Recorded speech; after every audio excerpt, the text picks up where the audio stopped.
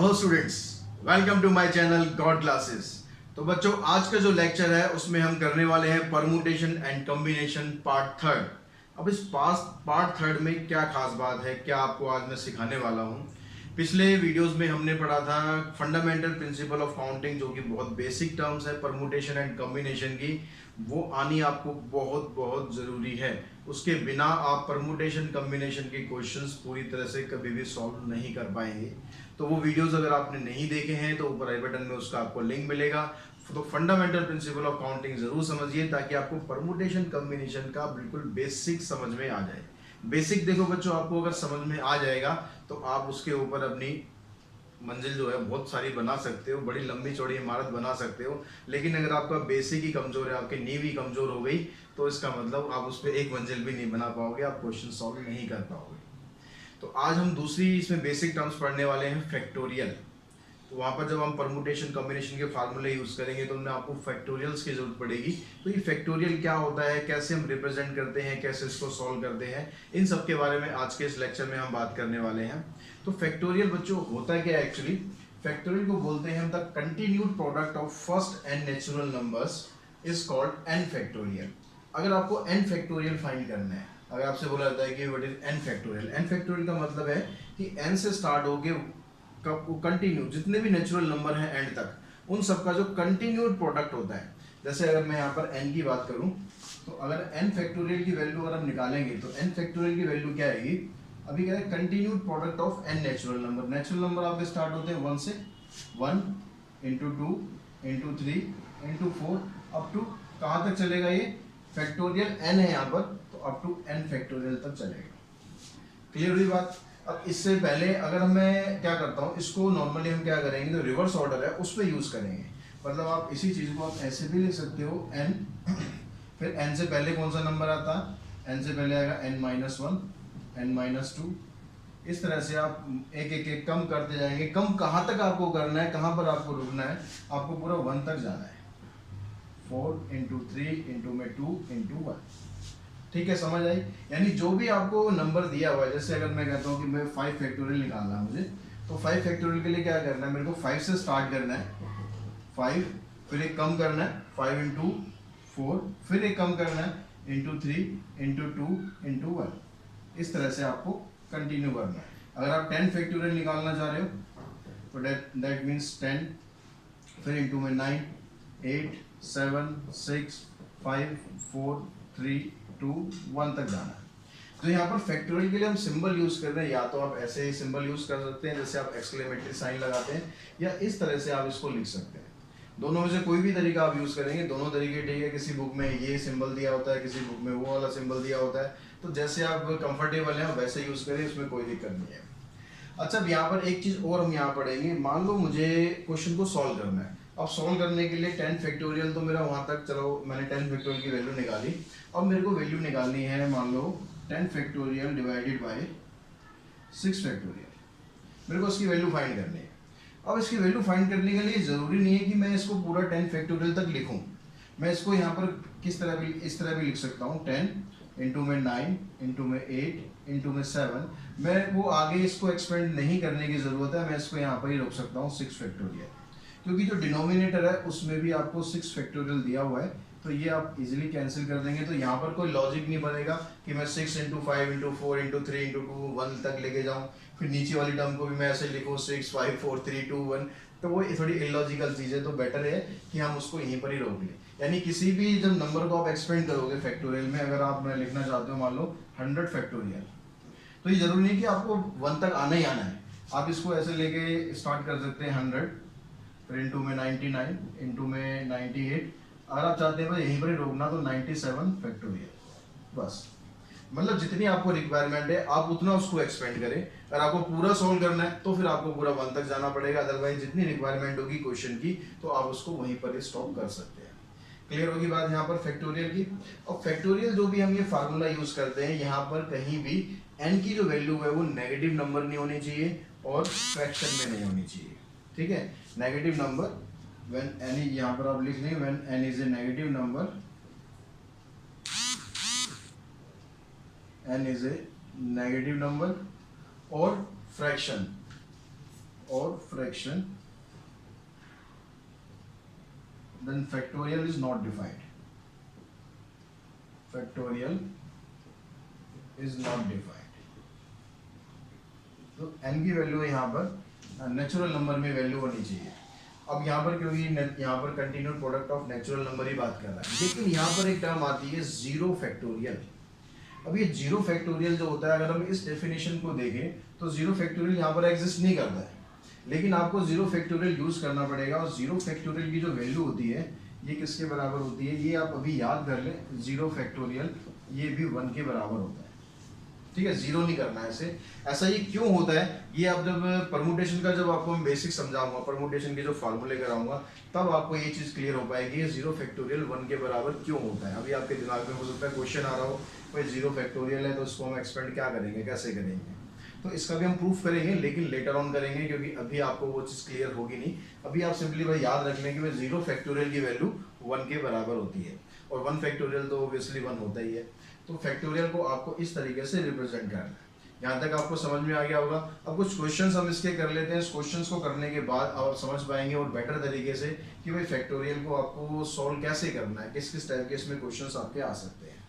तो यहाँ देखिए बच्चे, हमने कुछ क्वेश्चंस ले लिए हैं, उस क्वेश्चंस को हम सॉल्व करते हैं, फैक्टोरियल कैसे आपको यहाँ पर यूज करना है।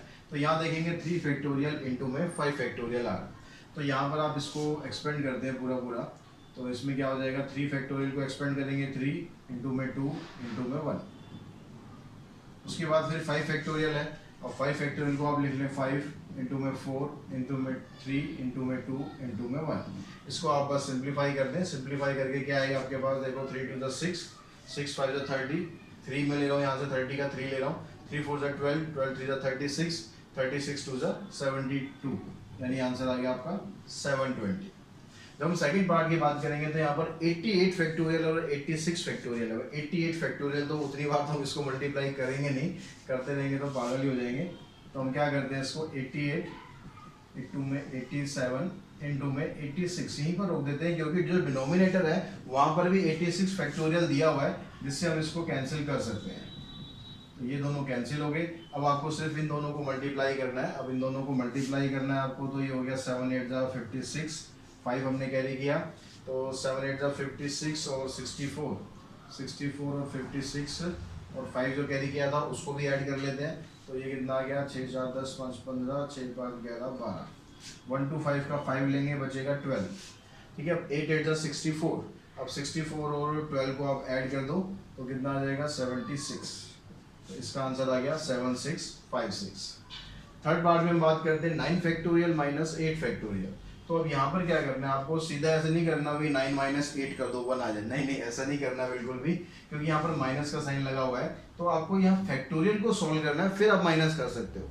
ऐसे नहीं कर देना कि भाई 9 माइनस 8 1 आ गया और 1 अपॉन में 7 फैक्टोरियल, फिर उसको सोल्व कर दो। नहीं, हम क्या करते हैं यहाँ पर थर्ड पार्ट में 9 फैक्टोरियल को लिख लेते हैं हम 9 इंटू में 8 इंटू में 7 फैक्टोरियल।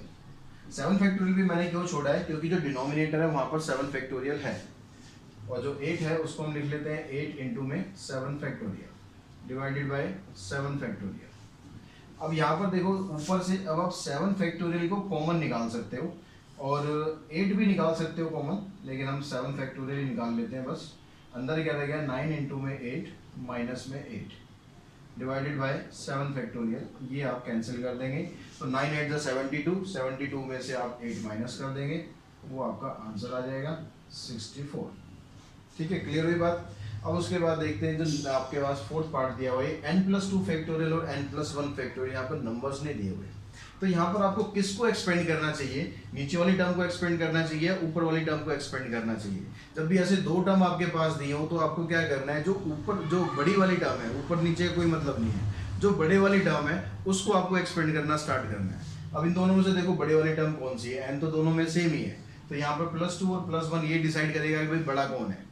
तो +2 कहता है मैं बड़ा हूँ, तो यानी मेरे को एक्सपेंड करो, तो आप इसको एक्सपेंड करेंगे। एक्सपेंड कैसे करना होता है, यहाँ पर देखो जब नंबर होते हैं, जिस नंबर का आपको फैक्टोरियल निकालना है वहीं से स्टार्ट करना है। तो यहाँ पर आपको इस नंबर का फैक्टोरियल फाइंड करना है, तो हम यहीं से स्टार्ट करेंगे n+2। उसके बाद क्या करते हैं, एक कम कर देते हैं, n+2 में से एक कम करेंगे तो क्या आ जाएगा, n+1 हो जाएगा। यहाँ पर फैक्टोरियल लगा के छोड़ो, ये भी फैक्टोरियल है, फैक्टोरियल पूरा कैंसिल कर दो, आंसर आ गया आपका n+2। तो इस तरह बड़े सिंपल क्वेश्चन है, बस थोड़ा सा यहाँ पर जो बेसिक्स है उनका ध्यान रखना और जल्दबाजी में कोई गड़बड़ मत करना, वरना बड़े क्वेश्चन सारे आसान है। सेकंड क्वेश्चन में कहता है इवेल्युएट करना है आपको। सेकंड क्वेश्चन में क्या कह रहा है, इवेल्युएट करो n फैक्टोरियल अपॉन में n माइनस r फैक्टोरियल। अब यहाँ पर आपको वैल्यू दी हुई है फर्स्ट पार्ट में, n की वैल्यू दी हुई है 6 और r की वैल्यू दी हुई है 2। वैसे फर्स्ट पार्ट करेंगे वैसे ही आप सेकंड पार्ट कर सकते हैं, तो दोबारा हमें दो पार्ट करने की जरूरत नहीं है। तो आपको क्या करना है, यहाँ पर 6 और 2 दोनों की यहाँ पर वैल्यू पुट करनी है। तो n की जगह आपको 6 पुट कर देना है, नीचे आ गया 6 माइनस 2 यानी 4 हो जाएगा। तो ये हो गया 6 फैक्टोरियल अपॉन में 4 फैक्टोरियल। अब जब आप इसको एक्सपेंड करेंगे तो कहाँ तक एक्सपेंड करना है, 6 इंटू में 5 इंटू में 4 फैक्टोरियल डिवाइडेड बाय 4 फैक्टोरियल। ये कैंसिल हो गया, आंसर आ गया इसका 30। ठीक है, क्लियर हुई बात। ऐसे ही जो नेक्स्ट क्वेश्चन है उसमें आपको इवेल्युएट करना है। जो थर्ड क्वेश्चन है इसका, थर्ड में कहता है evaluate n factorial divided bye n minus r factorial into में r फैक्टोरियल। एक r और यहाँ पर दे दिया आपको। अब कहता है n की वैल्यू आपको दी हुई है 5 और r की वैल्यू दी हुई है 2। n की वैल्यू 5 और r की वैल्यू 2। तो यहाँ पर भी आपको टेंशन लेने की कोई बात ही नहीं, बस वैल्यू पुट करनी है, वैल्यू पुट करके सिंप्लीफाई करना है। n की जगह आ गया आपके पास 5 फैक्टोरियल, नीचे 5 माइनस 2 फैक्टोरियल और यहाँ पर आ गया 2 फैक्टोरियल। तो अब आप इसको सिंप्लीफाई करोगे, 5 फैक्टोरियल हो गया 5 इंटू में 4 इंटू में 3 पे छोड़ देना आपको। क्यों छोड़ देना है 3 पे, क्योंकि जब 5 माइनस 2 करेंगे हम यहाँ पर 3 फैक्टोरियल हमें मिल जाएगा। 3 फैक्टोरियल ये आ गया और 2 फैक्टोरियल को एक्सपेंड करेंगे तो 2 इंटू 1, ये कैंसिल, 2 से आप इसको भी कैंसिल कर दें, आंसर आ जाएगा आपका 10।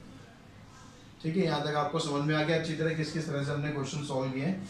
अब यहाँ पर देखो नेक्स्ट क्वेश्चन जो दिया हुआ है आपको, उसमें क्या दिया हुआ है, उसको किस तरह से आपको सिंप्लीफाई करना है। तो नेक्स्ट क्वेश्चन में कहता है बच्चों की कन्वर्ट इनटू फैक्टोरियल। आपको यहाँ पर एक्सपेंडेड फॉर्म दी हुई है और उसको आपको फैक्टोरियल में कन्वर्ट करना है। क्या दिया हुआ है यहाँ पर, 3 इंटू में 6 इंटू में 9 इंटू में 12 इंटू में 18 सॉरी 15, उसके बाद फिर दिया हुआ आपको 18। एक ये पार्ट दिया हुआ है और सेकेंड पार्ट में दिया हुआ है आपको 6 इंटू में 7 8 9 10 11 एंड 12। इन दोनों को आपको फैक्टोरियल की फॉर्म में कन्वर्ट करना है। ठीक है, अब यहाँ पर देखो, यहाँ पर क्या हो रहा है, ये 3 के मल्टीपल्स दिए हुए हैं।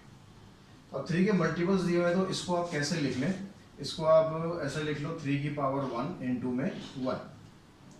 फिर यहाँ पर लिख लेते हैं 3 की पावर 1 इंटू में 2, मतलब 3 की पावर 1 मतलब 1 ही रहेगा, वही 3 रहेगा, तो आप खाली 3 भी लिख सकते हैं। ये आ गया 3 इंटू 3, उसके बाद 3 इंटू 4, 3 इंटू 5 और 3 इंटू 6।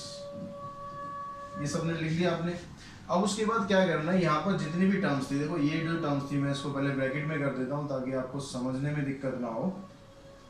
ये जो टर्म्स थी इन सभी के अंदर 3 आ रहा है और ये पूरी की पूरी टर्म मल्टीप्लिकेशन में है। तो पहले इस 3 को हम अलग कर लेते हैं। इस 3 को हम क्या लिखते हैं, 3 की पावर 1 2 3 4 5 6, 3 की पावर 6 होगी। उसके बाद क्या बचा आपके पास, 1 इंटू में 2 इंटू में 3 4 5 6। अब यहाँ पर देखो कंटिन्यूड प्रोडक्ट आ गया। फैक्टोरियल में क्या होता है, कंटिन्यूड प्रोडक्ट ही होता है। तो कंटिन्यूड प्रोडक्ट और 1 से ही है स्टार्टिंग, जो नेचुरल नंबर है वहीं से है, वहाँ से स्टार्ट करके कहाँ तक है, 6 तक है। तो इसको आप लिख देंगे 3 की पावर 6 इंटू में 6 फैक्टोरियल। ऐसे जब आप सेकंड पार्ट में देखेंगे तो सेकंड पार्ट में क्या हो रहा है कि वहाँ पर जो कंटिन्यू प्रोडक्ट है वो तो दिया हुआ है, लेकिन एक कमी है वहाँ पर। क्या कमी है बता सकते हो, सोच सकते हो क्या कमी है, वीडियो को पॉज करो, सोचो कि यहाँ पर क्या कमी है। कंटिन्यू प्रोडक्ट तो दिया हुआ है, तो क्या मैं इसको 12 फैक्टोरियल लिख सकता हूँ। लास्ट में 12 जा रहा है, जैसे हमने यहाँ पर किया था भाई, लास्ट में कहाँ तक 6 तक आ रहा था ना, तो हमने लिख दिया 6 फैक्टोरियल। ऐसे यहाँ लास्ट में 12 तक आ रहा है, तो क्या मैं इसको 12 फैक्टोरियल लिख सकता हूँ, नहीं लिख सकता हूँ। अगर आप सोच रहे हैं कि लिख सकते हैं तो आप अभी भी गलत हैं, थोड़ा अपने बेसिक को और स्ट्रॉन्ग करें। और आपने सोचा है कि सही कि भाई नहीं लिख सकते, तो आप बिल्कुल ठीक सोच रहे हैं। अब हम फिर क्या करें, कैसे इसको लिखें। देखो जब भी आप फैक्टोरियल लिखेंगे हमेशा एक चीज़ ध्यान रखनी है आपको, फैक्टोरियल लिखने का मतलब है आपको 1 से स्टार्ट करना है, या आप रिवर्स ऑर्डर में चल रहे हो तो आपको 1 तक लेकर जाना है। अगर मैं 12 से स्टार्ट करूं, 12 11 10 9 8 7 6 5 4 3 2 1, वो यहाँ पर मिसिंग है, और जो मिसिंग है उसके लिए हम क्या करें, एडजस्ट कर देते हैं, मल्टीप्लाई कर देते हैं। तो हम क्या करते हैं, यहाँ पर 1 से स्टार्ट कर देते हैं, 1 2 3 4 5 6, ये सब यहाँ पर हमने मल्टीप्लाई कर दिए 12 तक। ठीक है, बीच में सारे नंबर आएंगे, पूरे मैंने लिखे नहीं है। अब हमने क्या करा है, हमने जो 1 से लेकर 5 तक नंबर अपने आप करे ना, अपनी तरफ से मल्टीप्लाई कर दिए हैं। अपनी तरफ से हम कुछ नहीं कर सकते मैथमेटिक्स में। अगर हमने अपनी तरफ से कहीं पर कुछ दिया है तो हमें उसको बैलेंस भी करना पड़ेगा। ठीक है, जितना दोगे उतना पाओगे, मतलब वो वाला हिसाब किताब है। तो हमने क्या करा यहाँ पर 1 2 3 4 और 5, यही तो मल्टीप्लाई किया था। तो इसको बैलेंस करने के लिए डिवाइड कर देते हैं। अब ऊपर क्या बन गया आपके पास, कंटिन्यू प्रोडक्ट बन गया 1 से लेकर 12 तक। यानी ऊपर आपके पास क्या आ गया, 12 फैक्टोरियल आ गया, और नीचे क्या आ गया आपके पास, कंटिन्यू प्रोडक्ट है 1 से स्टार्ट हो गया 5 तक है, तो यहाँ पर आ गया ये 5 फैक्टोरियल। तो इस पूरे फॉर्म को आप इस तरीके से लिख सकते हैं। नेक्स्ट में कहता है find the value of n। Next question है इसमें, n की वैल्यू आपको फाइंड करनी है। Find n if, first part में दिया हुआ है factorial n plus 1 equals to 20 into में फैक्टोरियल n माइनस 1। ठीक है, यहाँ पर आपको n की वैल्यू फाइंड करनी है। सेकंड पार्ट में कहता है आपको 1 अपॉन में 5 factorial plus 1 upon 6 factorial equals to n upon 6 factorial. उसके बाद फिर नेक्स्ट थर्ड पार्ट है, पहले हम सारे पार्ट ही लिख लेते हैं, उसके बाद फिर सिंप्लीफाई करते हैं कि को n फैक्टोरियल अपॉन में n minus 2 factorial equals to 110। उसके बाद फिर फोर्थ पार्ट हो रहा है, इस फोर्थ पार्ट को लास्ट में देखते हैं, पहले ये तीनों पार्ट सॉल्व कर लेते हैं। अब यहाँ पर देखिए आपको पास n की वैल्यू फाइंड करनी है, तो हम फर्स्ट पार्ट की बात करते हैं। यहाँ पर आपको दिया हुआ है n plus 1 factorial equals to 20 into में n माइनस 1 फैक्टोरियल। तो यहाँ पर देखो जो फैक्टोरियल वाला पार्ट है उसको आपको सिंप्लीफाई करना है। ये तो वैल्यू आपको 20 दी हुई है, इसमें तो कुछ है ही नहीं, तो वैल्यू 20 दी हुई है, तो इसके लिए आपको कुछ नहीं करना, आपको इन दोनों को सिंप्लीफाई करना है। अब इन दोनों को सिंप्लीफाई करने के लिए जो आपको कंटिन्यू प्रोडक्ट यूज करना है, मतलब फैक्टोरियल सॉल्व करना है, तो इन दोनों में से देखो पहले बड़ा कौन सा है। यहाँ पर देखो n दोनों में सेम है, तो यहाँ पर +1 और -1, तो +1 -1 में से +1 बड़ा होगा। तो आप क्या करो, इसको एक्सपेंड कर दो। तो एक्सपेंड करते हैं तो हमेशा यहीं से स्टार्ट होगा n+1, फिर n+1 में से अगर आप एक कम करते हो तो आपके पास रह जाएगा n, फिर एक कम करते हो तो यहाँ रहेगा n-1 इक्वल्स टू 20 इंटू में n-1 फैक्टोरियल। अब यहाँ लेफ्ट और राइट हैंड साइड में n-1 फैक्टोरियल आ रहा है, तो वो तो हो गया कैंसिल।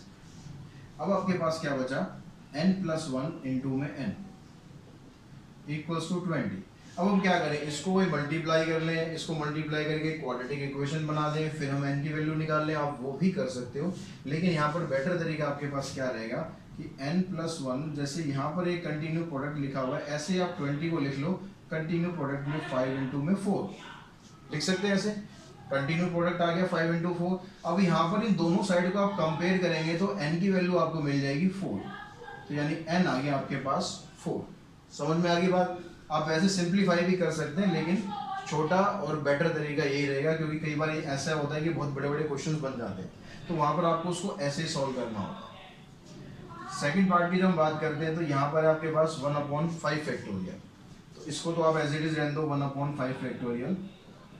1/6 फैक्टोरियल को आप लिख लो 1/6 इंटू में 5 फैक्टोरियल।